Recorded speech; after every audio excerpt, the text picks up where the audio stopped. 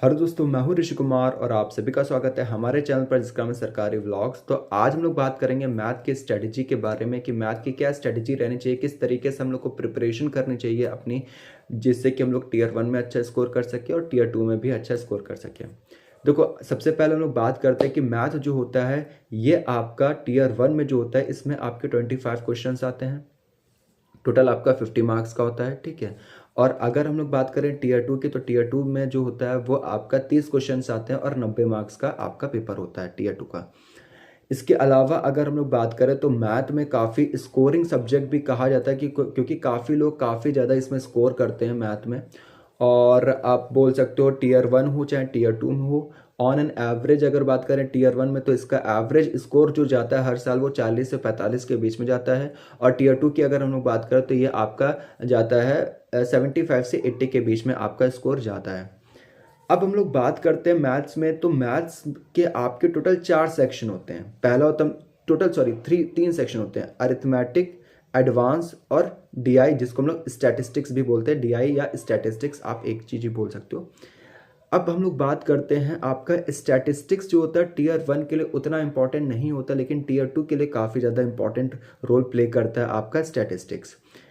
सबसे ज़्यादा क्वेश्चंस जो पूछे जाते हैं वो होता है एडवांस और अरिथमेटिक। एडवांस और अरिथमेटिक में एडवांस को ख़त्म करना आसान होता है क्योंकि इसमें आपके चैप्टर कम होते हैं।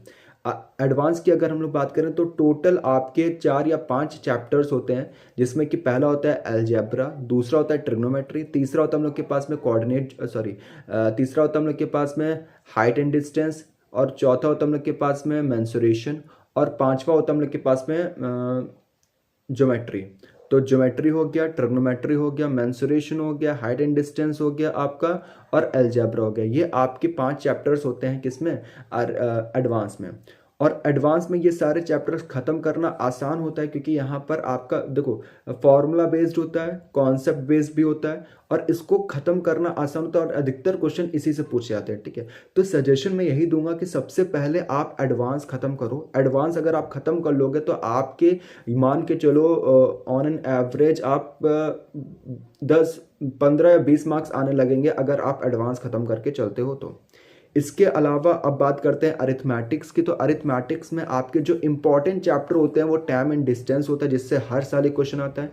टाइम एंड वर्क होता है, जिससे हर साल एक क्वेश्चन आता है। और इसके अलावा अगर बात करें प्रॉफिट एंड लॉस, इससे भी क्वेश्चन आते हैं।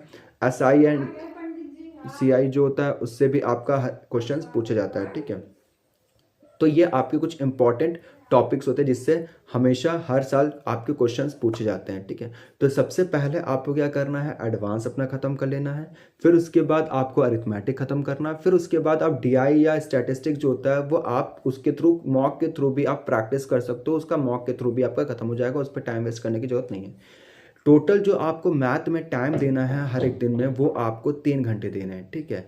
3 घंटे, 2 घंटे आप क्या करो, पढ़ो, ठीक है। पहला 1 घंटे आप वीडियो देखो। और हाँ, पहली बात कहाँ से पढ़ना है तो आप यूट्यूब से पढ़ सकते हो। यूट्यूब से पढ़ के भी आप अच्छा खासा निकाल सकते हो। और यूट्यूब पे जो बेस्ट टीचर हैं वो हैं भूतेश सर, जो कि इवन कोचिंग सेंटर में पढ़ाते हैं, ठीक है। यहाँ से आप पढ़ सकते हो, ठीक है।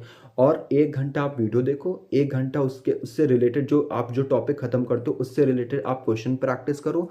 और 1 घंटा यानी कि जो लास्ट 1 घंटा होगा उसमें आपको क्या करना है, मल्टीप्लिकेशन, एडिशन, सब्ट्रैक्शन, क्यूब जो होगा वो 1 से लेकर 20 तक का, 1 से लेकर 25 तक का क्यूब याद करना है।